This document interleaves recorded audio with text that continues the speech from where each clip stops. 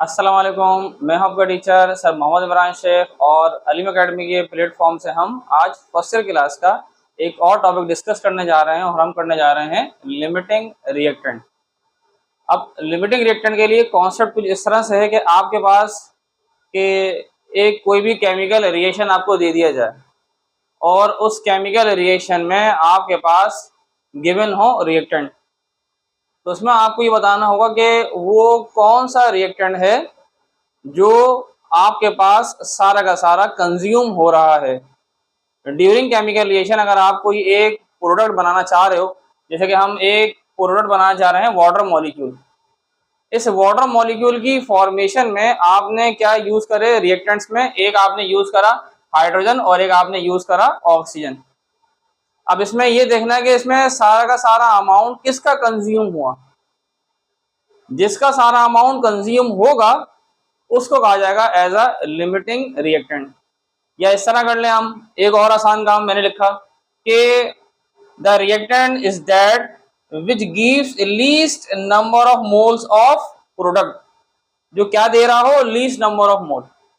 यानी कि दो रिएक्टेंट है, एक रिएक्टेंट है हाइड्रोजन, एक रिएक्टेंट है ऑक्सीजन। अब हमें ये देखना है कि इसमें लीस्ट क्वांटिटी किसकी यूज हुई, किस चीज के लिए, प्रोडक्ट की फॉर्मेशन के लिए।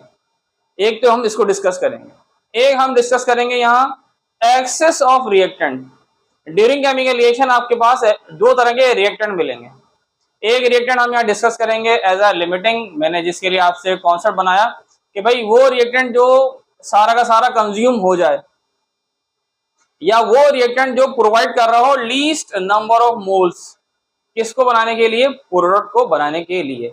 अब एक्सेस ऑफ रिएक्टेंट क्या होगा, यानी कि मैंने आपसे कहा स्टार्ट में कि जब रिएक्टेंट सारा का सारा कंज्यूम हो जाएगा ड्यूरिंग केमिकल रिएक्शन, तो ये हो गया एज अ लिमिटिंग रिएक्टेंट। लेकिन वो रिएक्टेंट जो अभी भी रिमेनिंग है, जो रह गया है, जो यूज नहीं हो सका है और क्या बन गई है, प्रोडक्ट भी बन गई है, तो आप उस रिएक्टेंट के लिए क्या वर्ड इस्तेमाल करेंगे, एक्सेस रिएक्टेंट। अब हमने जैसे कि इसको डिफाइन भी करा है, हमने इसका डिफाइन करा है भाई, मैं यहाँ आपको पहले इसी एग्जांपल भी समझाऊंगा कि लिमिटिंग रिएक्टेंट के लिए हमने दो कॉन्सेप्ट यहाँ लिखे हैं। एक मैंने यहाँ लिखा था, एक मैंने यहाँ आपके लिए लिखा था कि the reactant is that which gives least number of moles of product in chemical reaction. एक तो मैंने यहाँ आपको कॉन्सेप्ट आसान करके लिखा, एक और लिखा कि the reactant which is entirely consumed first during chemical reaction is called limiting reactant. यानी वही वाली बात आगे मैंने आपसे शुरू में कहा था कि या तो सारा का सारा कंज्यूम हो जाएगा वो रिएक्टेंट जिसके लिए हम वर्ड इस्तेमाल करेंगे एज अ लिमिटिंग रिएक्टेंट। अब जैसे मैंने एक आसान सी एग्जांपल लिखी है, जनरल एग्जांपल, कि भाई सपोज करो हमने फॉर्मेशन करनी है, एक चीज बनानी है, क्या बनाना है, सैंडविच। इस एक सैंडविच को बनाने के लिए मेरे पास स्लाइस ऑफ ब्रेड कितने आ रहे हैं मेरे पास, सपोज करो मैंने लिखे हुए 2, यानी कि 2 पीस है मेरे पास ब्रेड के और एक मेरे पास पीस आ रहा है किसका, शामी कबाब का। तो मैंने फॉर्मेशन किसी की, एक सैंडविच की। तो यानी कि मेरे पास ये दो रिएक्टेंट आ गए, एक रिएक्टेंट आ गया ब्रेड, एक आ गया शामी। तो फॉर्मेशन किसकी हुई, सैंडविच की। लेकिन इन दोनों में वो रिएक्टेंट बताएं जिसकी क्वांटिटी लीस्ट थी या जो सारा का सारा यूज हो गया। तो लीस्ट क्वांटिटी किसकी थी, इसमें हमने क्या बनाई, एक प्रोडक्ट, और इस प्रोडक्ट को बनाने के लिए लीस्ट क्वांटिटी किसकी थी, शामी की। तो शामी एज अ लिमिटिंग रिएक्टेंट। इसी ही एग्जांपल को दोबारा समझाया मैंने क्वांटिटी बढ़ा दी। मैंने फॉर्मेशन करनी चाहिए किस चीज की, 8 मैंने बनाना चाहे सैंडविचेस। इस 8 सैंडविचेस को बनाने के लिए मेरे पास ब्रेड के पीस कितने आ रहे हैं, 20। अगर ये 20 पीस है ब्रेड के और मुझे सैंडविच बनाने हैं 8, और शामी की क्वांटिटी कितनी आ रही है, 8। स्टैंडर्ड ऊपर लिखा हुआ आपके सामने कि एक सैंडविच को बनाने के लिए मुझे शामी चाहिए थे 1 और ब्रेड के पीस कितने चाहिए थे, मुझे स्लाइस चाहिए थे 2। तो मुझे अगर सैंडविचेस बनाने हैं कितने, 8 बनाने हैं, तो 8 तो मुझे रिक्वायर्ड है शामी, और मुझे फिर ब्रेड के पीस कितने चाहिए होंगे, मुझे चाहिए होंगे 16। यानी कि हमें अगर 8 सैंडविचेस बनाने हैं तो मेरे पास ब्रेड के पीस कितने चाहिए होंगे, मुझे 16, और शामी की मुझे क्वांटिटी कितनी चाहिए होगी, 8। तो ये सारी की सारी क्वांटिटी क्या हो गई है, कंज्यूम। शामी की सारी क्वांटिटी क्या हो गई है, कंज्यूम। तो शामी एज अ लिमिटिंग रिएक्टेंट,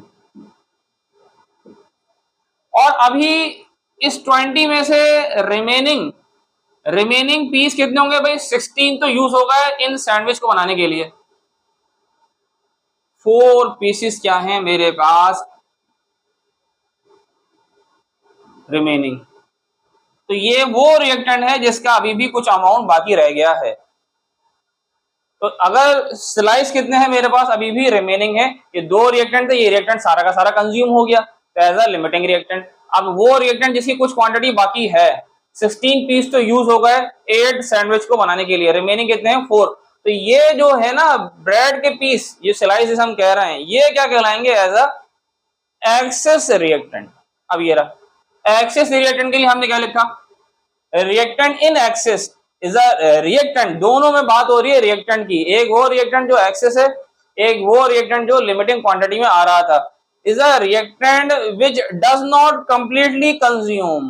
अब देखो यहाँ क्या लिखा हुआ था, which is entirely consume first during chemical reaction. अब यहाँ क्या कहता है कि वो रिएक्टेंट जो क्या कर रहा हो, जो कंप्लीटली कंज्यूम नहीं हो रहा है, which does not completely consume in the chemical reaction and some of its amount remains unused। आ गया unused, कुछ अमाउंट इसका रह गया है at the end of reaction, during chemical reaction आखिर में कुछ अमाउंट रह गया है, और वो किसका अमाउंट रह गया था मेरे पास, और ब्रेड के पीसेस का। कितने ब्रेड के पीस रह गए थे, 4।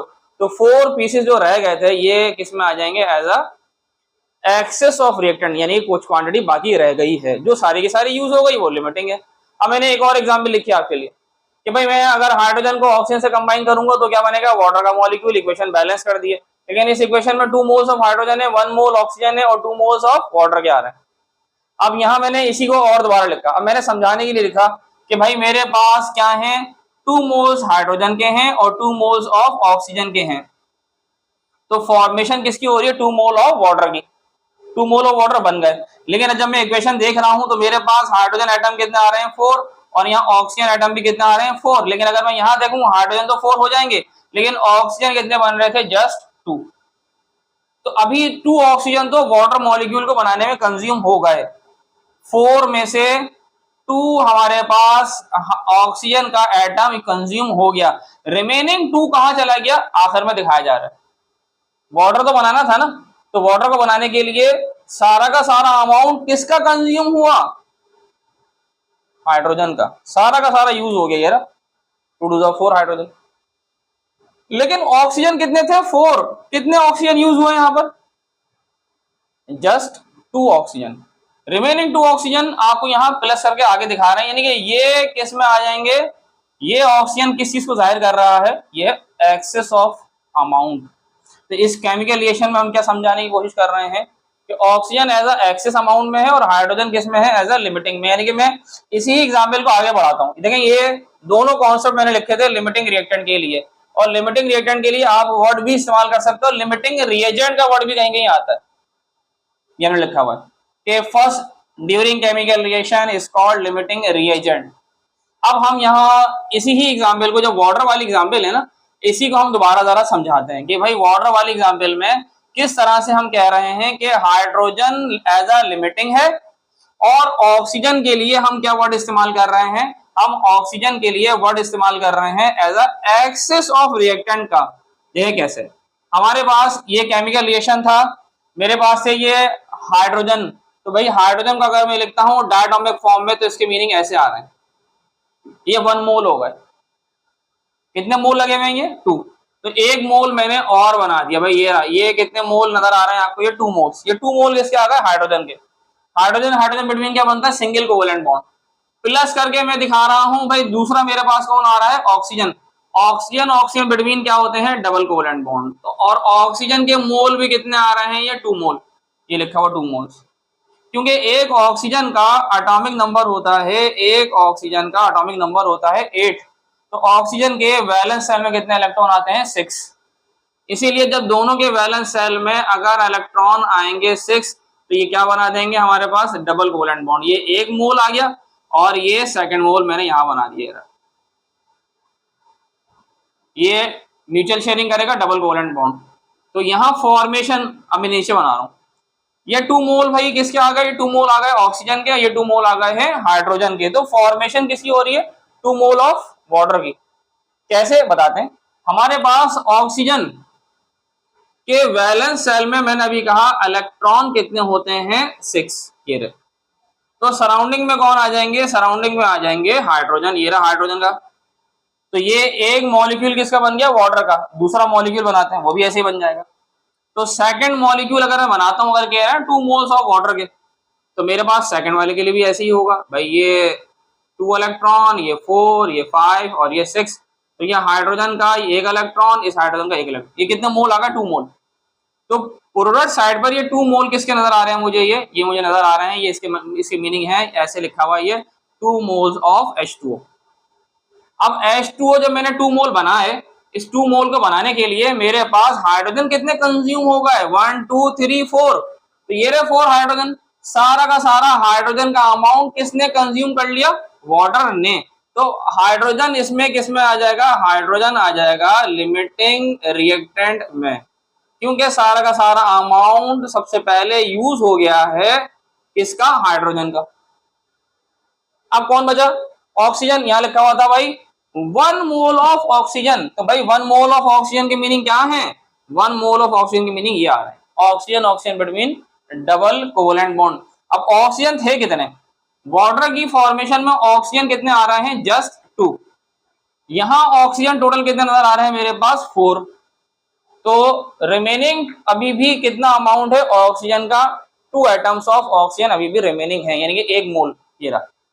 तो अब मैं क्या कह दूंगा, अभी मेरे पास इसका सिर्फ कितना अमाउंट यूज हुआ, 2, यानी 1 मोल यूज हुआ। तो हम क्या कह देंगे, अभी भी इसका कुछ अमाउंट रहता है। तो इसमें ऑक्सीजन किस में आ जाएगा, ऑक्सीजन आ जाएगा इसमें एक्सेस ऑफ रिएक्टेंट में। तो 2 चीजें हमने डिस्कस की हैं आज के टॉपिक में। एक हमने डिस्कस की है लिमिटिंग रिएक्टेंट, एक हमने इसमें डिस्कस की है एक्सेस ऑफ रिएक्टेंट।